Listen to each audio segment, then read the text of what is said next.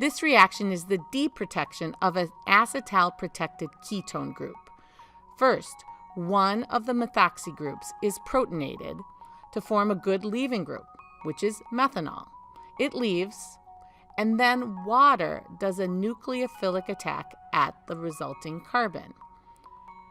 After a proton transfer, the methoxy group is now another good leaving group. This second methanol leaves, and then the carbonyl reforms through resonance.